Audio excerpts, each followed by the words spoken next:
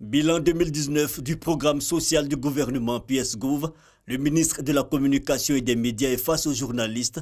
Les 5 axes stratégiques sont passés au crible, entre autres les questions d'accès à la santé, l'employabilité, la sécurité alimentaire et l'éducation.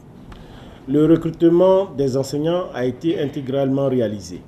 Les 10 300 personnels ont tous été formés et sont actuellement en situation de responsabilité.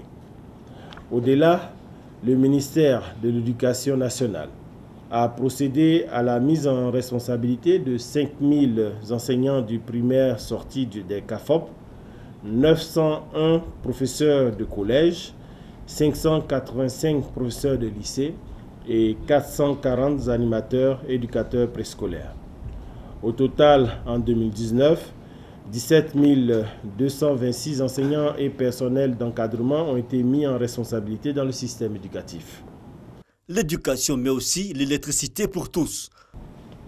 Au titre de l'accès à l'électricité, 1 8 853 ménages bénéficient de la réduction de 20% du tarif social d'électricité contre 930 910 alors lors de notre dernière conférence de presse.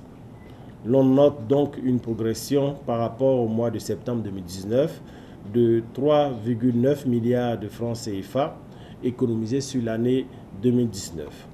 Les préoccupations autour des logements sociaux ont été scrutées. L'objectif de 150 000 logements est réalisable.